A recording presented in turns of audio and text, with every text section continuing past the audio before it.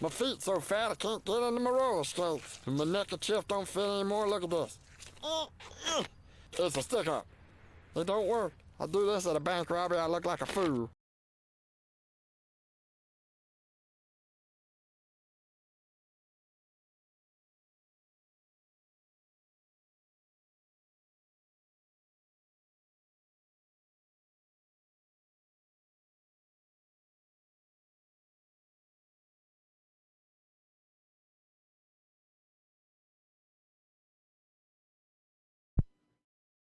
Aha. A good thing I am starting to make it a habit to double and triple check everything. We did not have the mic turn. I fixed it. What I was saying is that we need more Aqua Teen Hunger Force because they always make me laugh. How you guys doing today? We are live on YouTube, Rumble, X, and Kick. Yes, live all over. Double checking everything to make it good. But hopefully you got, what day is it? Tuesday? Man, my days are all jumbled up. But hopefully you guys had a good day today. Mine was once again feels like I'm just in constant go mode. We're trying to do all that we can to wind down all that stuff. For anybody new here that has not seen the show before, pretty much what we do is that we take a look at what's happening in pop culture, keep our minds sharp, up to date in terms of good news, bad news, ugly news. And my twist is I try to throw in whenever I can um, scripture or supernatural elements, that being like spiritual warfare, whenever I see the opportunity rises, whether that's kind of like the history of certain concepts that the Gnostics and stuff kind of believe in. So my own twist, if you will. But hopefully you guys are doing well.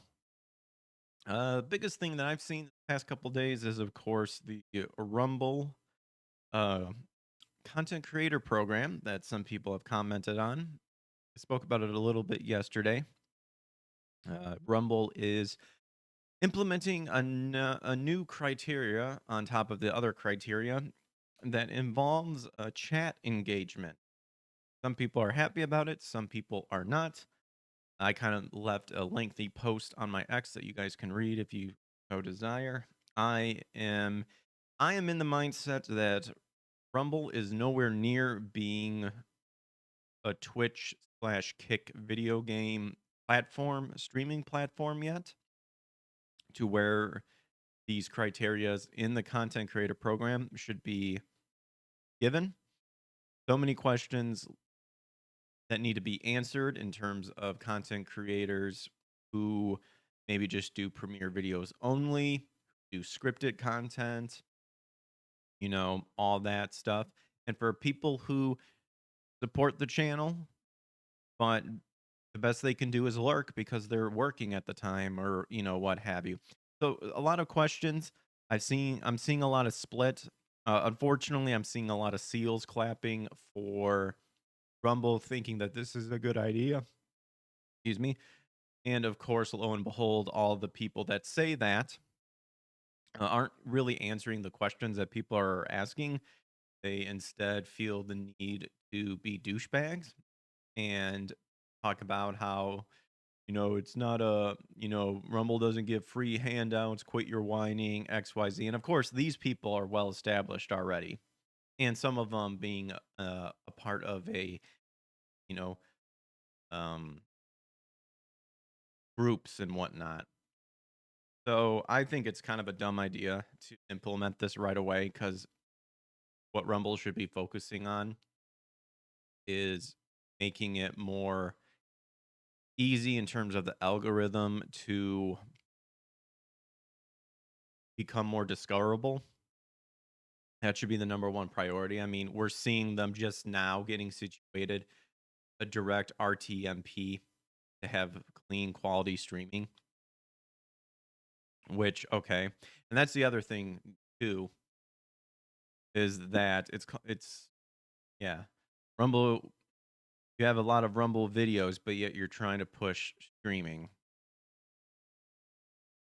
and a lot of mixed signals that I personally get. It seems like Rumble is wanting things to be done very organically, but yet you're implementing criterias that is very,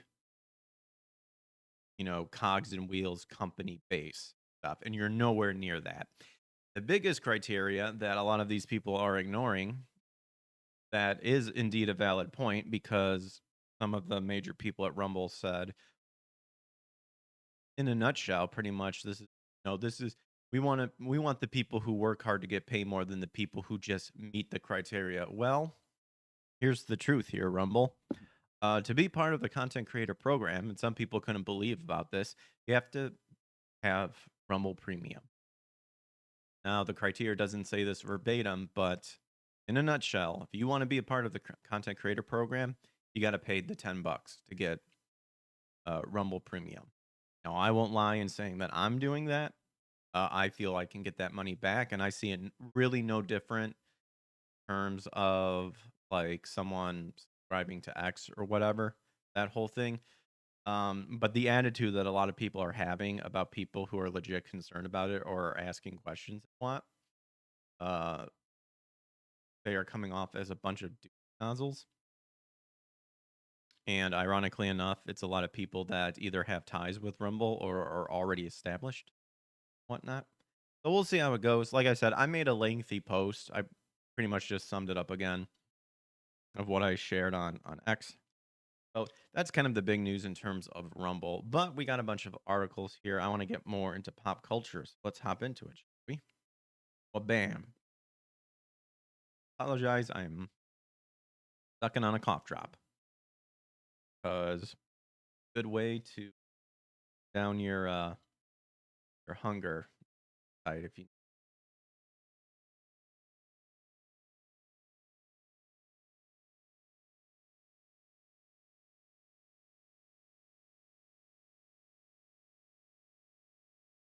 Oh my goodness, look at this. We're getting bots over on Kick. See, this is why I'm also pissed off with Kick. Because Kick is like Twitch, except with more bots. Ugh.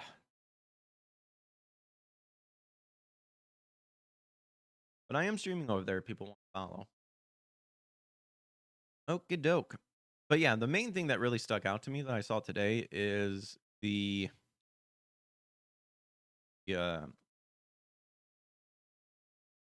Seiyu, Seiyu, however, right now my mind is blanking.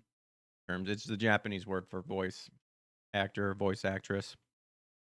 Has some thoughts about rude foreigners.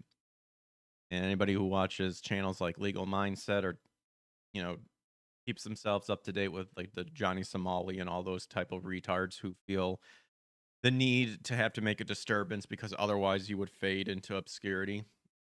Uh Talks about that. That was kind of the main one.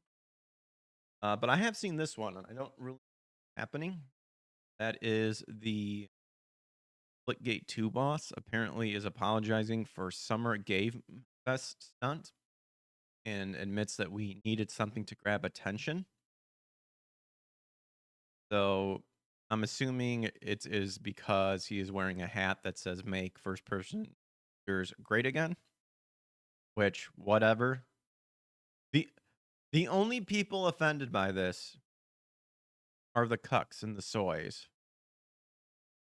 But I don't know how much of a pushback there was on this, but he felt the need to bend the knee. Now, this is the year 2025. Uh, the, the phrase "bend the knee" shouldn't even be in your vocabulary anymore because these people have no power. They're losing power severely. And yes, um, I will say off topic, the LA riots are retarded. Um, Bunch of pussies throwing temper tantrums. And any sort of pushback would cause them to crumble. Sorry if you're hearing a bunch of crunching. I'm near the end of the cough drop.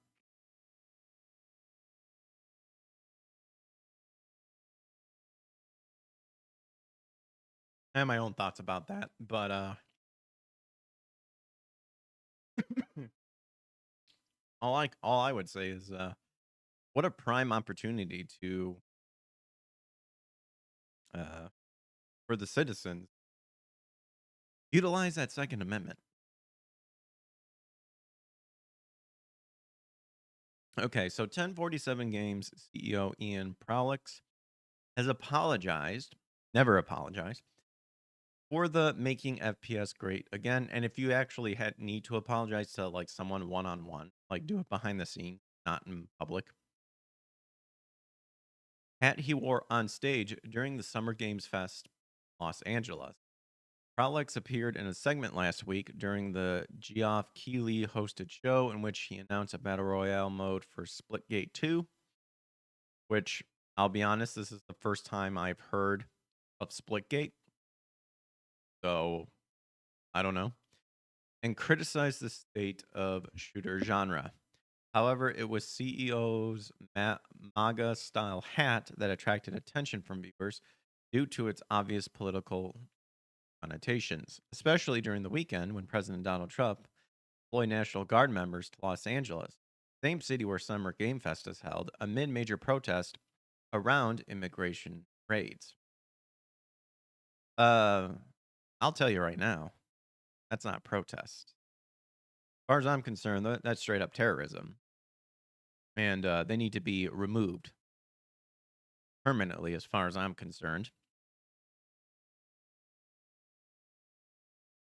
And now, like, what is it? Like, they were trying to say again, it was like, the summer of love garbage. Oh, it's only mostly No, they're not doing anything. It's just for fun. Well, they're kind of doing it, but you can understand why. Okay, they're doing.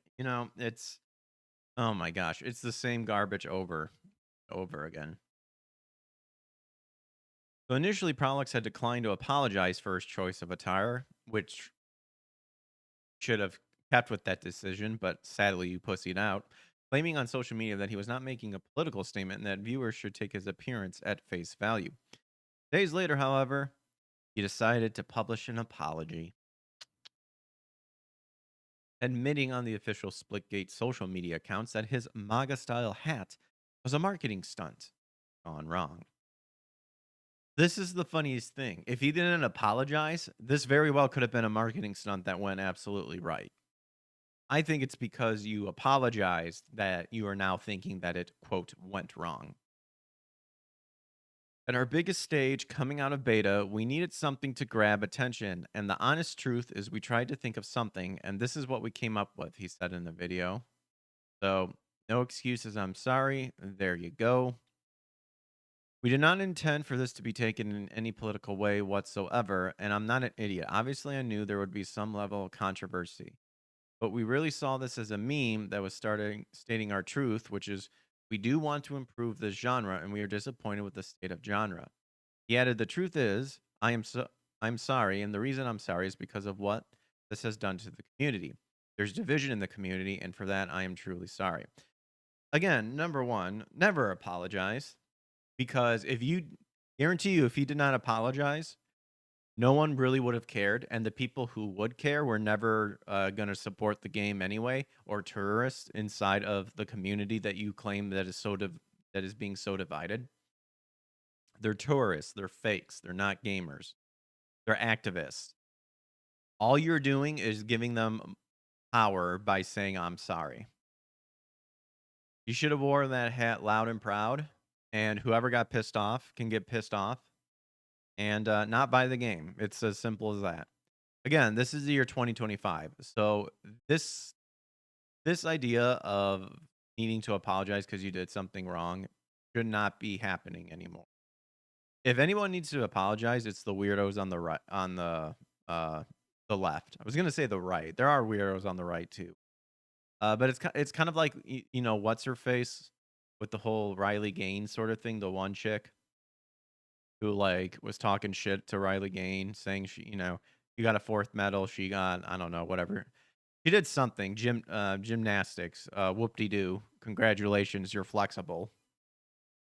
But then later apologized when people dug up her past and said, you seem to, For supporting trans, you have tweets that seem to be very gender specific, and then they need to apologize. As far as I'm concerned, they're the people that need to apologize because they're the ones doing all of this because they don't care about what they do. This is their only way to relevant.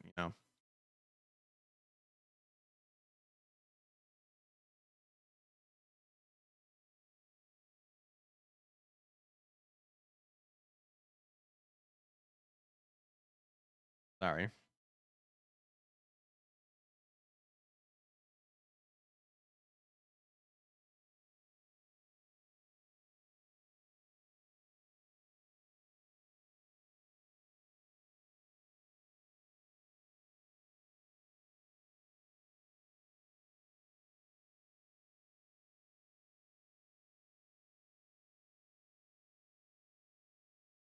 But yeah, this is foolish. Don't apologize. Never apologize. That's it.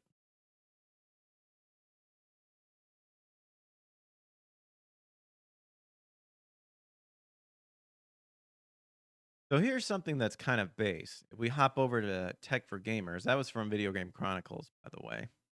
Hop over for Tech for Gamer. Lollipop Chainsaw Game Designer speaks out against censoring games. Says it damages every core of work. Awesomely based. I 100% agree right away. So censorship has become a major issue in gaming. True, with the majority being strongly opposed to it. Indeed, the only people who are not opposed to it are, again, fake gamers, tourists, and activists. Many developers, including Capcom, Resident Evil is still safe, have been involved in such acts, and it just angers the fandom. On many occasions, gamers have condemned the act of censorship, but developers seem not to listen, apparently due to a political agenda that has also infiltrated the video games. I think this is actually beginning to go away because all that government funding for DEI and all that garbage is gone. So now they have no reason to continue with it.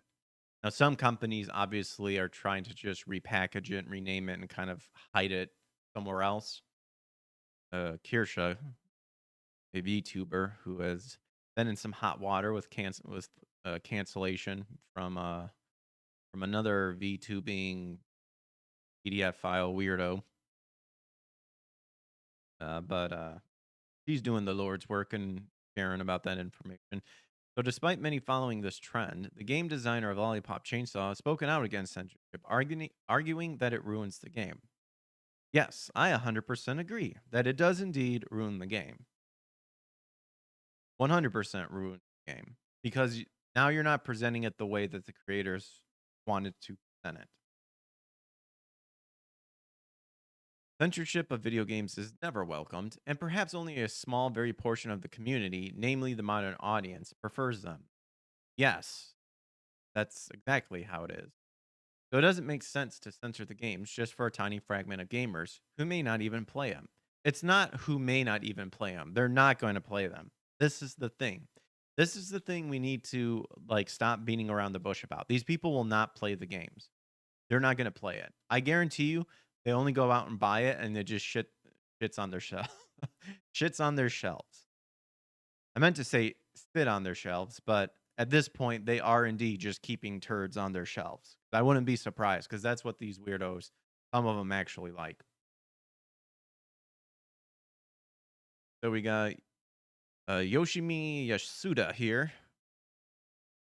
Game designer of Lollipop Chainsaw has spoken against censorship video games in a recent post on X, formerly known as Twitter. He explained how the team committed to remaking the game without censoring anything, not just because of the fandom, because of the original game had that look. Censoring any of these elements would damage the very core of the work we set out to create, and that is something I can never accept, said Yoshimi Yasuda. Here's the full thing. I've been committed to faithfully recreating Repop without censorship. Now, he did a good job, and I know some people like this game, other people don't. I kind of want to get it because it's a hack and slash, and I do like me a good hack and slash. They went about the right way where they kept the original uncensored version, but then they had another version, which if we're trying to find a compromise here, like I think that's probably the best way to go because then it supposedly appeases everyone. Now, really, and when I say appease everybody, I'm talking about like the censorship. Well, I guess not. Well, it is a censorship. The gaming ratings, appeasing those people who, let's be real, just like movie rating system, they are a censorship group. But in any case, he continues. This was not just about meeting player expectations, but also about reflecting our creative vision as the original development team. From the very beginning, we aimed to create an action game centered around a strong female protagonist and to make the heroine, Juliet, character loved around the world. To that end, I poured my passion into every aspect of her character: facial expressions, her acrobatic moves, cheerleader outfit, her playful gestures, the rainbow colored effects when she zombies, and her charming cosplay. I believe that all of these elements are essential components that have made Lollipop. I would say yes. Chainsaw, a truly one of a kind. I, it's obvious this is translated, but oh wait, it's because there was that weird gap. That have made Lollipop Chainsaw a truly one of a kind action game, comma, beloved by fans. Therefore, censoring any of these elements would damage the very core of the work we set out to create. And that is something I can never accept. Reason I remained committed to keeping the game uncensored until the end was because we, the original team, had a clear vision for this work. And I think sadly that's where a lot of companies um, are ruining their established franchise is because they're putting peop- they're giving their games and stuff to teams that aren't the original creators, nor do they respect or care about the lore of said creators and what went into it. And that's a big reason why a lot of so-called remake games are failing, amongst other things, as you know.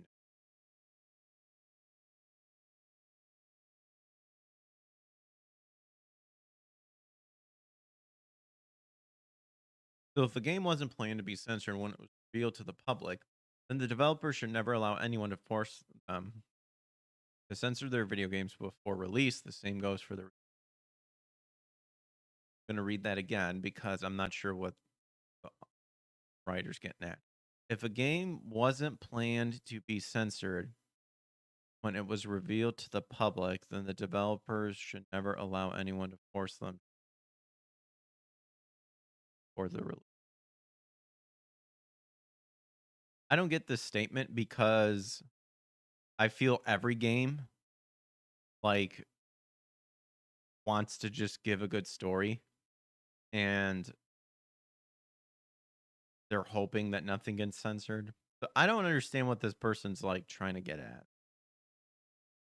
Remakes are different. Remakes they actually do want to censor. We saw that. And sometimes it weasels through, like the Silent Hill remake, when clearly they didn't really care about like the character design and stuff, which is interesting because everybody that was bashing about how the women looked and how the outfits changed and all that, they pointed to the concept art of the original Silent Hill to try to justify that whatever the person with the knife is, I always forget her name, going, yeah, see, she was chunky or whatever in the concept of design. And it's like, okay, well, if you're going to be trying to tell me that concept art is quote unquote the final product, then the concept art of the remake had them a lot thinner. So therefore, they should have made them like that. What's up, Komanga? We're on YouTube. However, Capcom fails to understand this and censored the remastered of Oni 2. Yeah, I heard about that, which, according to reports, occurred because the company's localization team in Japan have been staffed by Western activists. This also doesn't make sense to me, too. Can't they just ignore it?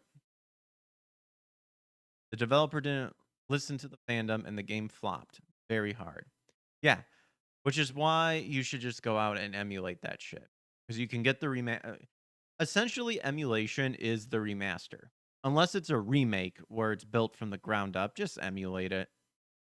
Just emulate it. And see if there's any mods out there that fix certain stuff like widescreen patches or hell, maybe more high quality HD textures. Some people, people do that. At this point, just do it because the companies aren't going to do it because they suck.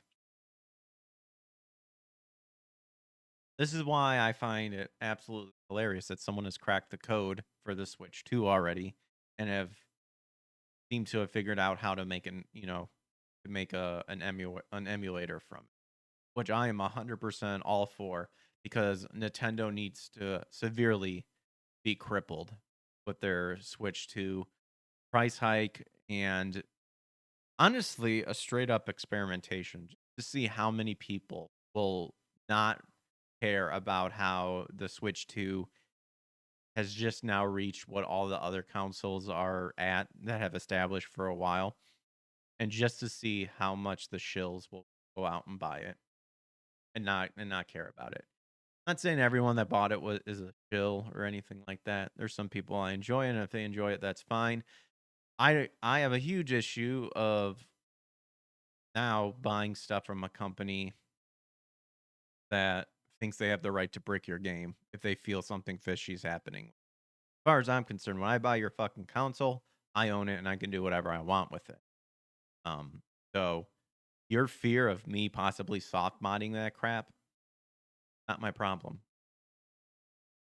Developers and publishers should now be aware that the fandom is opposed to censorship and they are the primary audience of should now be aware. They should not now be aware. They should have always have known that.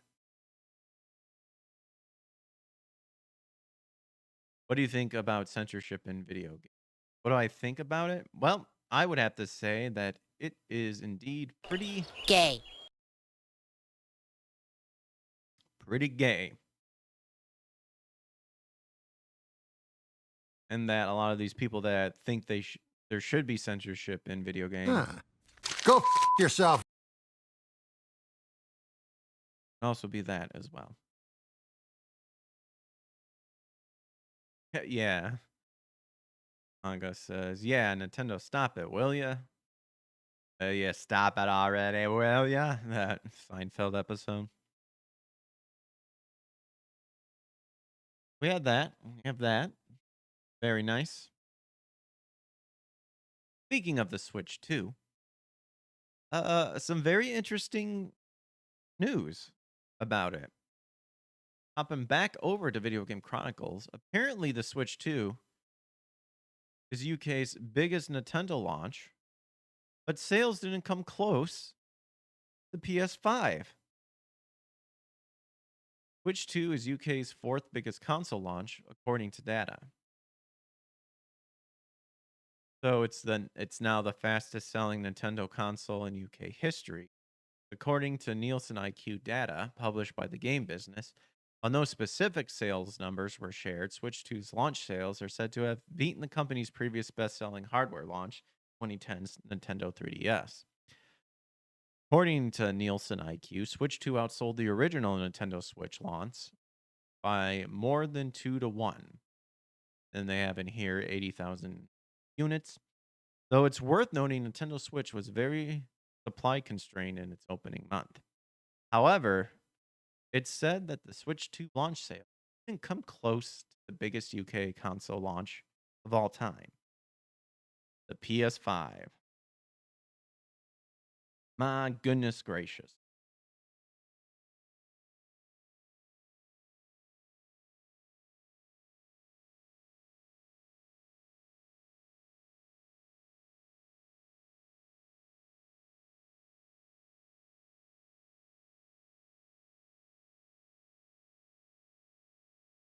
Nintendo Switch 2 is the fourth best selling console in terms of units, according to the data behind the PS5, PS4, and Xbox Series, and third best in terms of revenue behind the PS5 and the Xbox Series. Then here's a more listed version of it, which is excluding handhelds. You got your PS5, PlayStation 4, Xbox Series, boom, Switch 2, PS3, Xbox One, the Wii, Switch 360, the Xbox One X. Oh boy.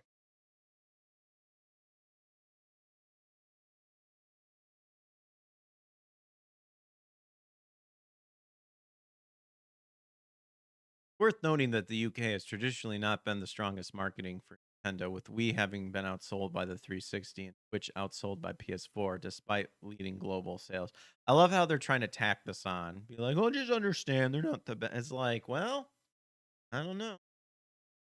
Nintendo has yet to publish sales figures for Switch 2 in any region. However, Nintendo of America president Doug Bowser has said the company will have a quote steady supply of Switch 2 consoles making their way to the US retailers over the coming months.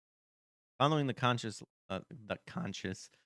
console's launch on June 5th, most major US retailers are currently out of stock online, although some still have in-store availability. Oh yeah, and they recently revealed about Splatoon raid. Embracer to replace CEO who oversaw turbulent acquisition spree and mass layoffs.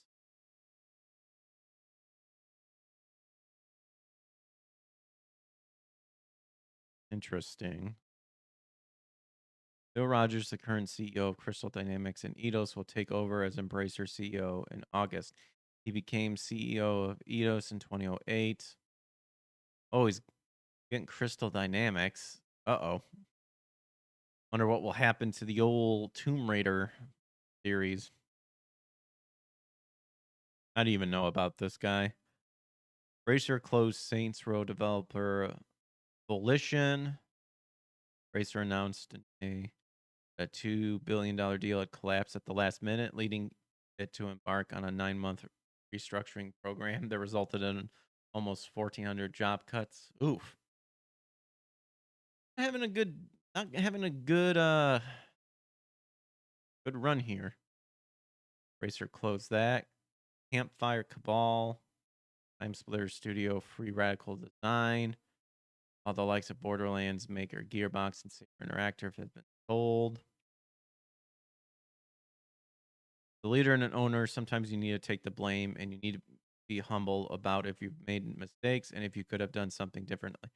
Sometimes you need to take the blame. I would feel that you would have to take the blame all the time because ultimately it climbs back up to you because you just go, what the hell are you doing?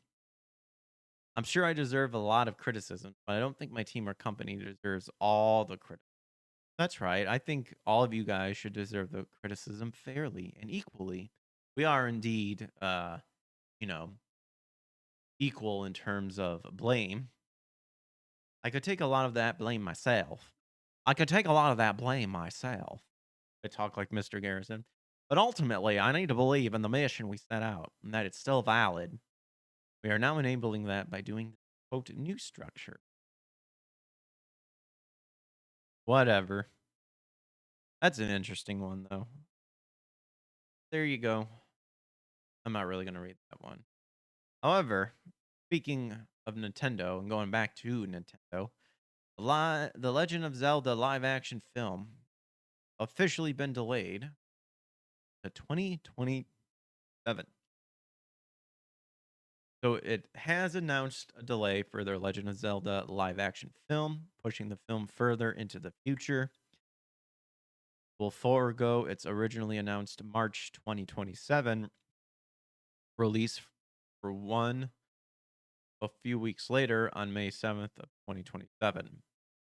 So, according to a post, this Miyamoto, for production reasons, we are changing the release date of the live action film of The Legend of Zelda, May 7th, 2027. He said in a post. Zelda creator added, it will be some weeks later than the release timing we originally announced, and we take the extra time to make sure the film is as good as it can be. Thank you for your patience. And still, we don't know exactly what the plot is, the cast, and more, though we do know Zelda creator Hiro Miyamoto and Avi Arad, chairman of Arad Productions, serve as producers, while Wes Ball will serve as director. So here's the post here. For Philip Chan, as long as you guys don't cast a man as Zelda, this is true. Oh gosh, Ellen Page wasn't available.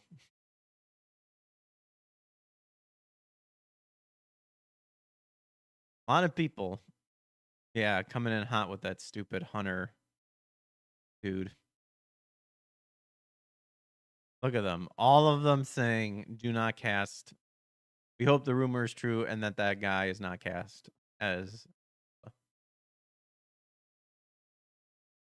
Video Game Chronicle also mentions this. Release date slipped due to production reasons.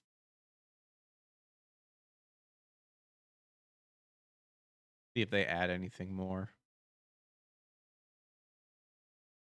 And then, yeah, pretty much the same stuff that we know. Oh, and I guess if you want to know who Wes Ball is, that's the director behind the Maze Runner trilogy and Kingdom of the Planet of the Apes. I mean, are those good movies or anything? It's been a while since I've seen a good movie. Not that I actively go out to see what movies there are, you know. In an interview earlier this year, Wes Ball said he wanted to make the Zelda movie something serious and cool, but fun and whimsical. How nice. Previously, in an interview with Entertainment Weekly, he said his vision for the movie is inspired by the works of Studio Ghibli co founder and Spirited Away director Hayao Miyazaki. And that's pretty much what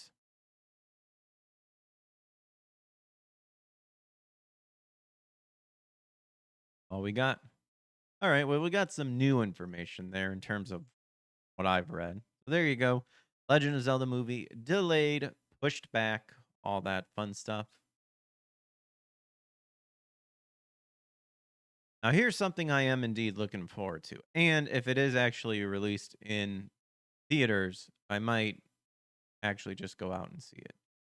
Keanu Reeves, Constantine co star Peter Stormare, played Lucifer in the 2005 movie Constantly. Pretty badass Lucifer, I will say. Fun fact, Lucifer is actually the Latin word used in the KGB. The name that was actually used, the Hebrew, is Hallel, which means light bearer or light bringer. Some people will say it also means morning star, but Jesus is the morning star. If anything, Lucifer is part of the morning star order. Uh, but his name is actually Hallel ben Shakar, which means light bearer, son of the morning, which I think when you take the source word of Hallel, it also means to howl like a madman and to be prideful, which look at that. How ironic. But was the reason why Hallel developed an equity, aka wickedness. Well, there's some biblical fun facts for you. So he revealed that the John Wick actor, that'd be Keanu Reeves, is the one holding up the sequel. No, Keanu Reeves, no, please. Quick, do whatever it is you need to do. Get starting on that Constantine. I need that Constantine too. Taken a long time, 20 years to be exact, for a sequel to the 2005 cult classic Constantine to gain any traction. Still, despite the blessings of Warner Brothers and DC Studios, plus star Keanu Reeves, director Francis Lawrence, and writer Eva Goldsman coming aboard, it may not happen. What? But why not? This comes from Bounding into Comics, by the way. What is getting in the way of Reeves and the gang returning to the world that actors eager to get back to? Well, according to the Devilish Fellow, who was part of the cast as well back in 2005, the answer is one that may come as a shock. Peter Stormare, who played Hallel and is anticipating reprising the part, says the issue is Reeves is not ready and won't be until he gets the script he likes. A lot of back and forth, he said in an interview with Direct. I think Keanu Reeves, I know pretty good, is not so happy with the scripts. Usually what comes out of the studios, Stormare continued, because the first one wasn't that successful in the beginning, it became a sleeper and became a cult movie. And now it is one of the biggest cult movies ever. He added, but to do a sequel, the studio wants to have, cars flying in the air. Want to have people doing flip flops and fighting actions. After John Rick Reeves is keener, Stormare believes on dealing with regular people, demons. And I think Keanu says, I've done John Wick. This movie is spiritual. It's about demons and regular people. I want to keep it that way. And we talked about that. He explained Stormare has some ideas in mind, knows he might be getting too old. I want to do God coming down exactly the same way, but in a black suit, looking more or less like Lucifer from the first one. That'd be an interesting twist, although not really accurate, because First John says there's no darkness in God whatsoever. Plus, technically, should be Christ coming. I'm 12 years older, so it's going to be hard, completely imitate the first movie. But I think from Keanu, he wants to do a sequel that is very close to the first one. He can. Oh, who did I read that said? Yeah, I don't think it's that difficult. Mel Gibson straight up said, for John, Caviezel, that they're going to be using CGI to make him look exactly like how he did in the first one. So to me, I don't think this would be that difficult to try to pull off. I think Keanu is very proud of that. He was fighting for it to be a character that he loved and wanted to develop. I mean, with Tilda Swinton doing Gabriel, it is a cool character, and even my Lucifer is a cool character that you can relate to as a viewer. Added, they wanted to dress me up like like a devil with a tail and a pitchfork and whatever, but we're really fighting me to have like an off-white suit. Do it very simple. He called struggle for everybody to get what they want may carry into the new one, especially if the studio wants more gunfights. I mean, I agree with Keanu here. I think what he's worried about is 100% uh, fair. And as far as I'm concerned, he should be part of the writing program too, I guess. I want to turn down his ideas.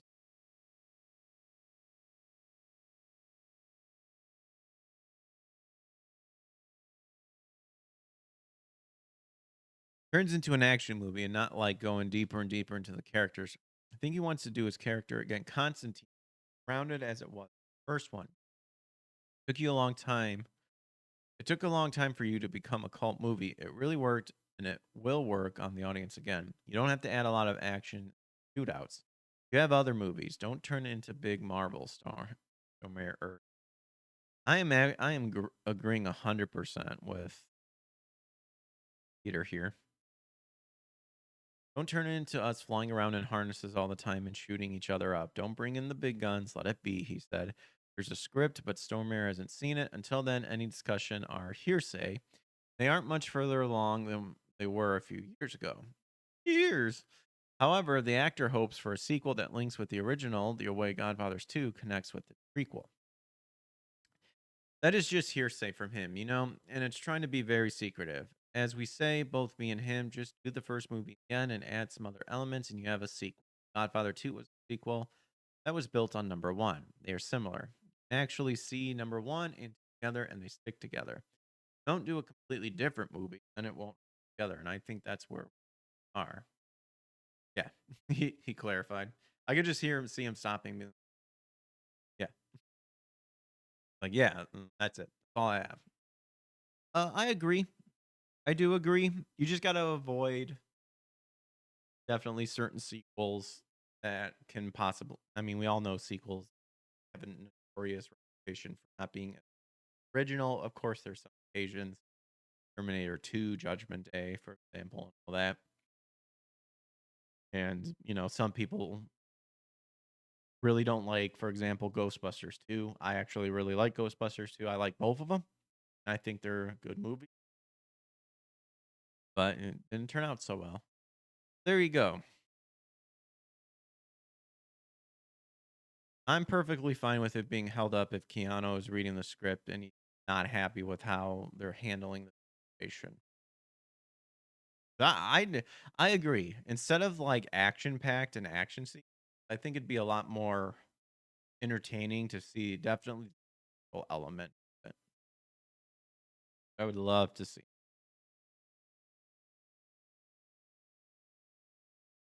So also continuing with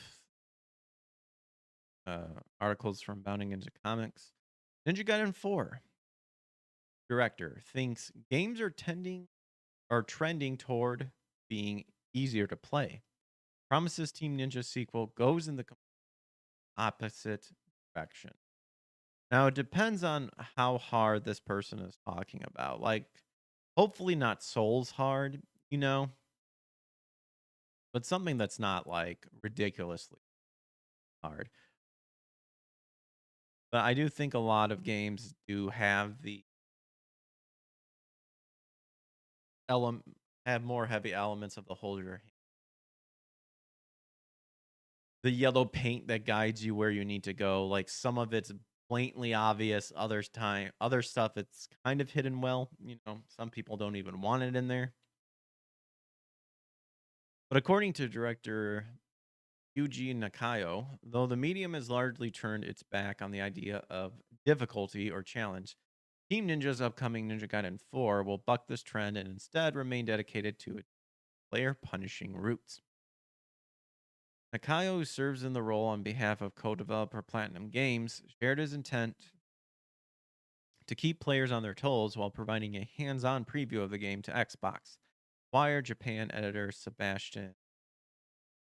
Following a brief rundown of Deuteragonist, Namuko's Blood Raven super form, the director pointed out how its activation by the players will lead the game to respond with a spike in difficulty.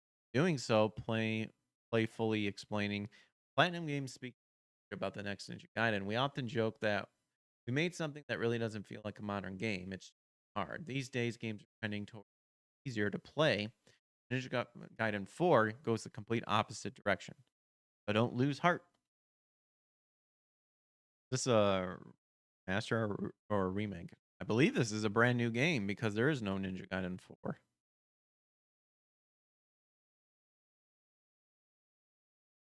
To this same end, Nakayo would explain Yamaguchi in a follow up interview that although he's aware of the current trends in gaming, especially in terms of the industry's penchant for Souls likes, he personally had no interest in denying Ninja Gaiden franchise core identity. Asked about his hopes regarding the potential impact the sequel might have on the future of Ninja Gaiden games and the gaming industry as a whole, the director asserted, speaking from somewhat personal perspective, I grew up during the golden age of 3D slash action games. I did too. For people of my generation, the type of games we grew up playing become a lot less common in recent years. Instead, we've seen the rise of Souls like games, which have certainly become very popular. Of course, I've played and enjoyed many Souls like games myself, he continued, but at the same time, I also think there's some truth to the belief that classic 3D slash actions have been harder to find lately. Maybe it's just my own wishful thinking, but I can't help but feel that a lot of action game fans are starving to crave that experience again. Isn't it about time we all dove back? And he laughs. I agree 100%. Drawing his answer to a close, and KO opined, I really feel like Ninja Gaiden 4 has turned out to be the kind of game that could strike a chord with those fans of the genre. If it could carve out its place in the history of modern slash action and as a new benchmark for the genre, I'd be thrilled, he ultimately declared. And if Ninja Gaiden 4 could serve as a spark that reignites excitement around slash action games, that would be even better. This is not the first time he has made such assurances regarding the difficulty players would face in navigating Yakumo and Ryu's upcoming team up. Asked about the topic during a post announcement interview given to Japanese video game news outlet GameWatch, the director revealed rather than providing relief for beginners, we have included options and accessibility features to make the game easier to play and understand. Also, there are difficulty settings, he added. We have prepared a number of difficulty levels so that players can enjoy the game in an exhilarating way. However, I believe that the most important aspect of Ninja Gaiden is the tingling battle. So I have to try to keep that in mind and aim to make the game customizable so that even beginners can enjoy the tingling feeling while playing. Definitely sounds like he thinking about this a lot. Good for him.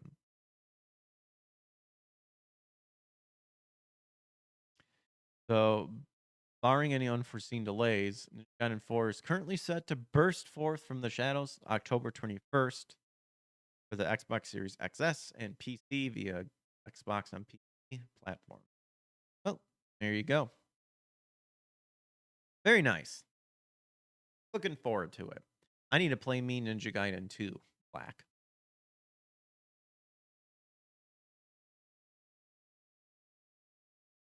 So we haven't talked about The Last of Us is going. So I wanted to read this real quick before we get to the old main story here. And also to encourage people that if you're enjoying the show, make sure to hit that like and subscribe button. We are on YouTube, Rumble, X, and Kick. And especially over on Rumble, where I'm assuming in July there'll be that retarded chat engage requirement. I think it'd be hilarious to have people engage by saying like, leave a one if you think this criteria is or something like meet the standard or meet the criteria, but also make fun of it. But Craig Mazin says HBO The Last of Us is his video game adaptation swan song. He's nowhere to go after the greatest story ever told in the medium. Now, the only reason why I picked this up is because I love this quote of thinking that The Last of Us is like the greatest ever told in the medium. Absolutely hilarious. The game was certainly good in terms of part one. Part two is absolute dog shit. And overall, the story's no masterpiece like what so many people hype it up to be. I do like the element that the zombies are more so, infested in terms with funguses, bacterial, viruses and stuff like that. Like going more of the plant route and stuff like that. I enjoyed that element, but anyway. Although the series mainstream, she's gonna be a dad, by the way. Though the series' mainstream success has likely earned him calls from many studio desperate to franchise out their respective IPs, HBO's The Last of Us co-creator Craig Mazin confirmed that he intends for his work on the greatest story ever told in the medium to be his one video game to adaptation. I find this funny because didn't like part two just immediately go downhill? Oh, and also seeing this reminds me, I saw a lot of like Pedro Pascal fatigue on X. Mazin, who shares both his series co-creators credits and co-showrunner duties with Naughty Dog studio boss Neil Druckmann, spoke to his career plans during a recent post-season finale interview given to Rachel Harper, the resident editor of the UK-based science fiction-centric news outlet Sci-Fi Now. In opening their time together, Harper asked her guest, "Video game adaptations have had varying results. What do you think make this particular video game adaptation resonate with audiences so well?" Which she asserted, "Well, first start by adapting The Last of Us. That makes it quite a bit easy. It's still the greatest story ever told. Medium." No, it's not.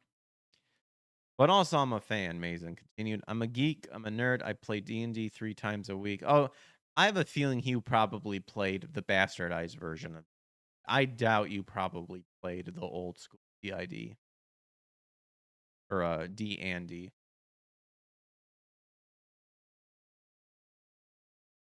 And I've been playing video games my whole life.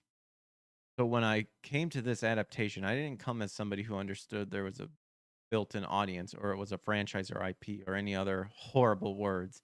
I came to it because I loved it and because I really wanted people who would never play to experience it. And they sure let you know at the end of season 2 because I thought because those ratings, I believe, dropped. I also wanted the people who had played re-experience it through this medium, which lets us do quite a bit more at times. I mean, you cast the person who should have been Ellie to begin with as Abby, and then you casted a potato play as Ellie. So come at it with love and honesty and purity, he had. Oh my gosh. The good news is that we are seeing this more and more. There are more and more video game adaptations that are successful. Minecraft is enormous right now, and Fallout was such a delight. I love that game. I love the show. I'm hoping that we'll see more and more as time goes on, and I don't see why we wouldn't. I think that Hollywood is waking up to the idea that video games are both an incredible source of material, but also worth adapting with respect. Oh, they understand that it's a definitely incredible source of material. It's this last one that you think that they'll honestly care about adapting with respect because we've seen it, especially in Star Wars and all that. They do not care about respecting the lore whatsoever. I would even say that this series didn't respect about keeping the lore. They sure as hell didn't really capture the characters that we know and grew up with and loved. Oh, brother. And honestly, who's still talking about Minecraft now? Like the movie. Like that's I hardly see anybody talking about it anymore. It did its thing and now it's gone. People are still talking about Mario. People are still talking about like wanting Sonic and people interested in what the Legend of Zelda coming out. Although they're more worried about it that it's going to get ruined in some way, shape, and form. Conversation turned into the topic of other games. Harper then inquired, Mason, you could adapt any other video game. What would you pick? He admitted, well, I'm not ever going to, of course, because where can you go from here? Where can you go from here? Oh, you could do way better, my friend. Please. There are so many good games fucking way better than The Last of Us. Like, give me a break. People have been wondering what a Metal Gear Solid movie would look like. But oh man, I'm tempted to say Grand Theft Auto 4 because I'm a masochist and I just think it would be like 19 of TV. But then also parts of me thinks, oh no, don't do that. Do something else. That's almost no story at all. Go ahead and try to do Candy Crush. Mostly, I'm excited to watch what other people do, even if I help. I have no problem being a helper, he concluded. I would love to help produce some good adaptations of video games, just a couple in mind that I actually have. But in terms of writing and dedicating myself on a day to day basis, this one's my video game. There you go. And what a swan song to end on. Well, now we're at the article that caught my eye. It's what we used thumbnail. That is the Seiyu anime voice actress Megumi Hayashibara speaks out against rude form. We have to crack down. Now, I did read that this kind of got taken out of, like, kind of really blown out of, proportion, but I feel Niche Gamer will explaining. Let's find out. In a recent blog post, veteran voice actress Megumi Hayashibara spoke out about the issues that Japanese citizens are facing in the wake of increasingly rude tourists. Let's be real. They're not tourists. They're assholes. They're in real life content creators whose lives are so uninteresting and not worth anybody's time that they have to cause this rudeness in order to be relevant. Also giving her opinion about benefits offered to foreigners and immigrants. The post in question had been edited multiple times after both Japanese and international readers began to discuss and share it. Some readers have taken Hayashibara's statements as reactionary anti-immigrant. Others believe she's explicitly referring to certain individuals, Japanese cultures and programs. Explicitly mentions there are foreigners. Taxes. Read a portion of her statement below.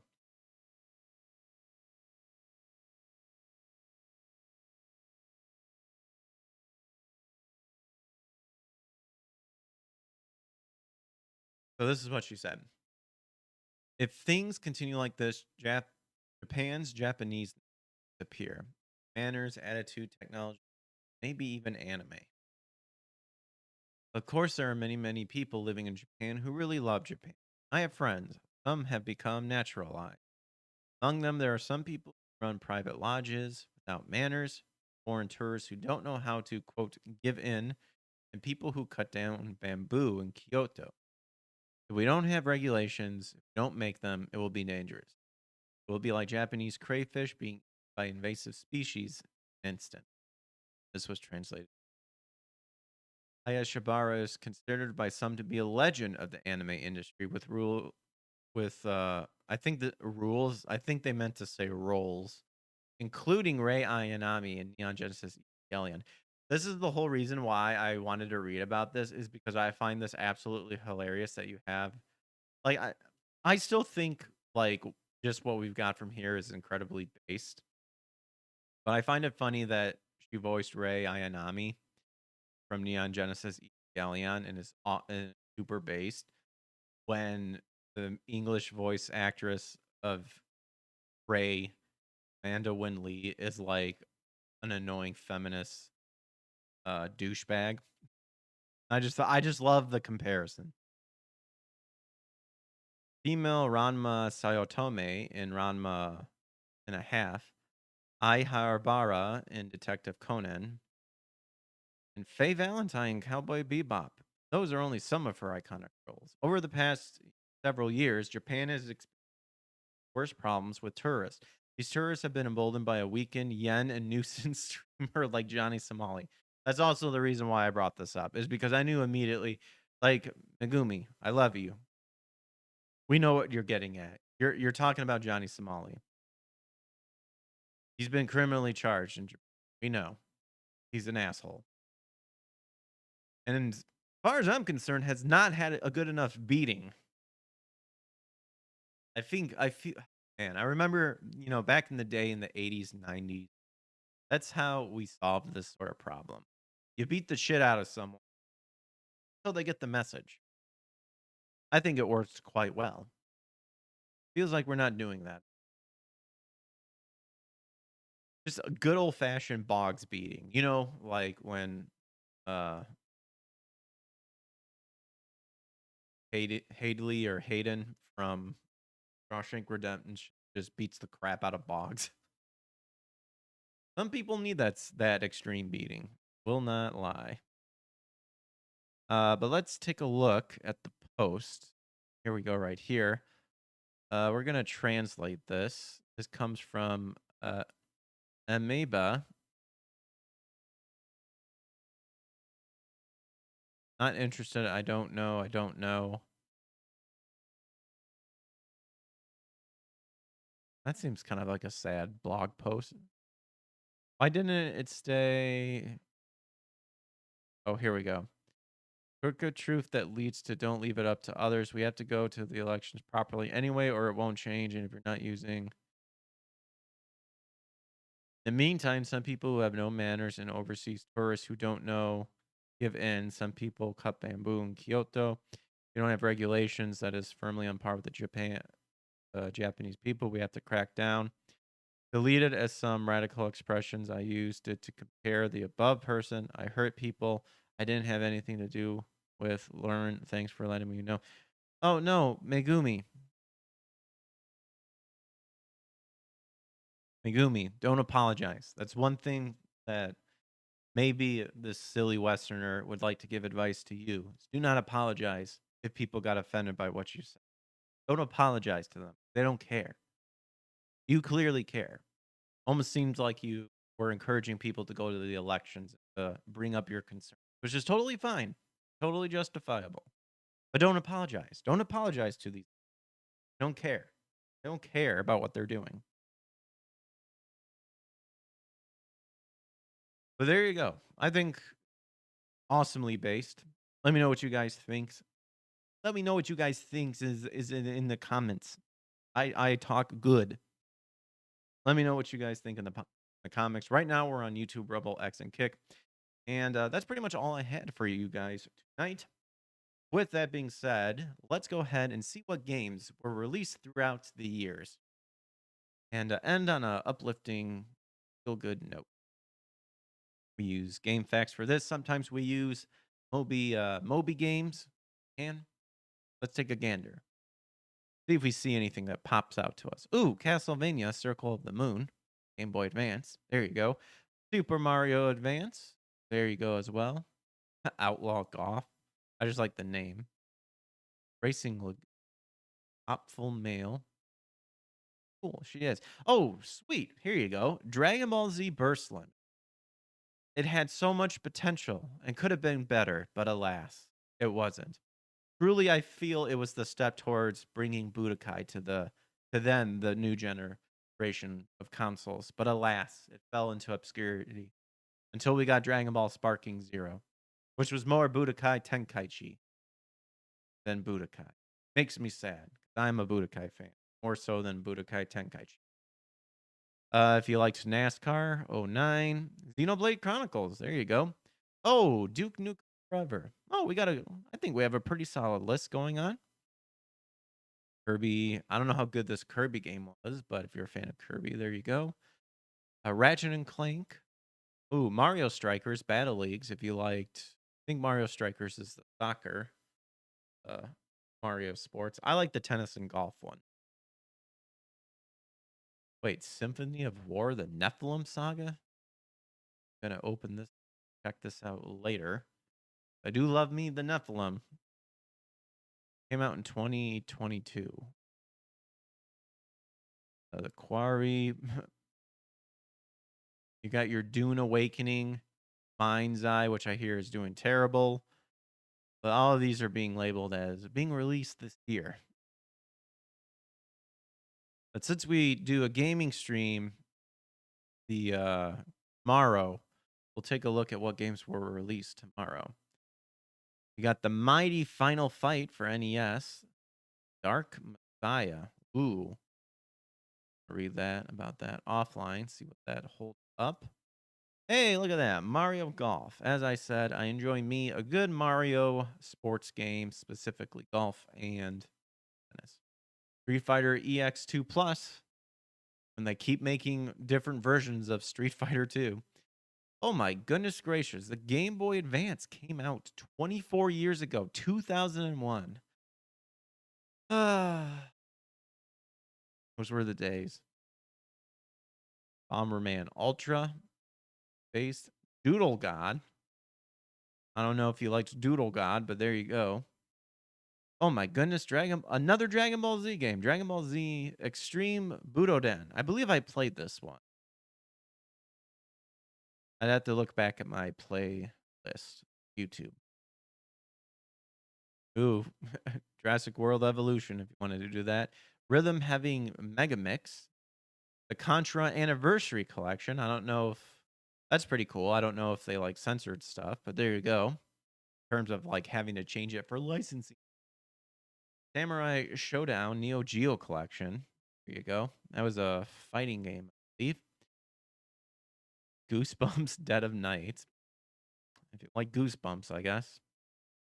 And yeah, look at this. See, they're utilizing Ratchet and Clank ripped apart again. You got Wonderland Nights, White Rabbit's Diary. Well, there you guys go. That is all I have for you guys tonight. So thanks for hanging out with me. Let me know what you guys think in the comments below about any of the topics that we talked about. Help support the show by hitting that like and subscribe button and turning on notifications to get notified when I go live. If you want to help support the channel, maybe check out the subscription tiers or membership tiers over on YouTube or Rumble. We got super chats, got donation tip page with stream elements. Anything's helpful, but I appreciate you guys taking the time to hang out with me and whatnot. With that being said, let's see if we can do some rating. See if there's anybody online. Lara is online, so we shall raid her. Yeah, let's go. Support her. She rated us not long ago, and I was honored about it. So let's return the favor. All right, you guys have a good one. God bless. Catch you on the flip side. Peace.